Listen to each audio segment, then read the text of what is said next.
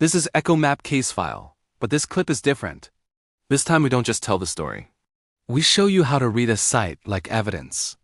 Because the safest way to explore controversial history is not to argue. It's to build a calm checklist. First rule: finished monuments are the worst place to start. Finished things hide the process.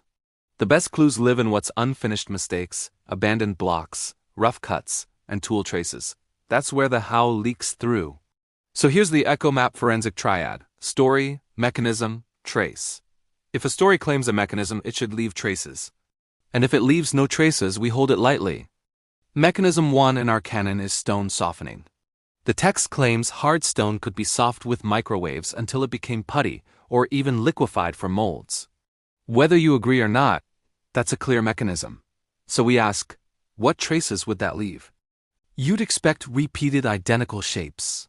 You'd expect mold-like repetition. You'd expect places where shaping looks less like chipping and more like forming. The text even claims repeated statues could be made by molds, liquid rock poured in and smoothed while still malleable. That's a direct prediction. Mechanism 2 is moving stone by frequency. The PDFs claim blocks could be blasted by frequency until weight was negated, then moved with gentle force. Again, big claim. So we ask, what trace would that leave? You might expect fewer haul roads than you'd need. You might expect extreme blocks positioned where brute hauling becomes a social impossibility. You might also expect the method to appear worldwide because once you can move stone easily, monumental stone suddenly becomes normal.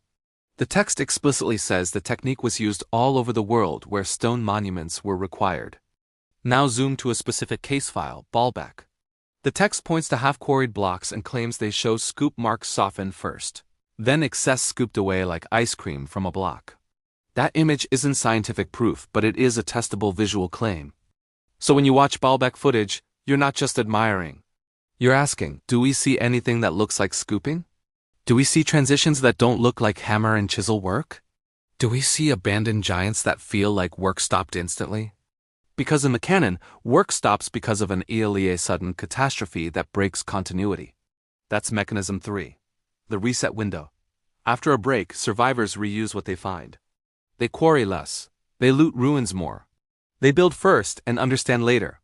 Meaning breaks even when structures remain.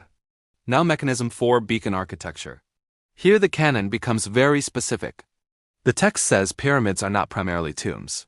They're beacons, interspatial road signs built to broadcast location through frequency. And it says there is no hidden machine inside. The signal comes from the stone itself. Each location has a unique vibrational frequency, and crystalline stone like granite projects it more strongly. Stack huge amounts of rock into stable geometry and the location frequency becomes measurable. Now apply the forensic triad again. Story, mechanism, trace. If beacon theory is true in the canon, what traces would it predict?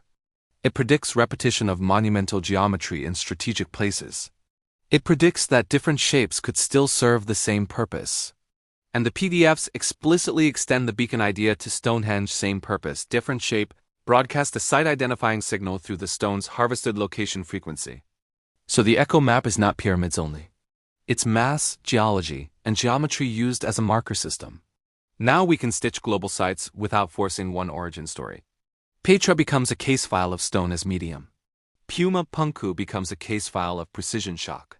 Baalbek becomes a case file of unfinished giants. And Asia becomes the edge echo file where we don't declare, we compare. Because EchoMap is not, here's what you must believe. EchoMap is, here's what keeps repeating, softening, moving, marking, and resetting. Now the update, the calm safety lock. If you ever feel yourself turning this into fear, ego, or certainty, pause. That's not signal, that's noise. A true pattern doesn't need you to panic. It just needs you to look. So the invitation is simple. Watch these sites again, but this time watch like a forensic reader. Look for the unfinished. Look for repetition. Look for traces that match a mechanism. And if the traces don't match, that's okay. We keep the mystery beautiful. We keep the mind clean. That's the EchoMap method. And if you are asking or in need to find the mentioned PDFs, go to www.universal-consciousness.blog/books.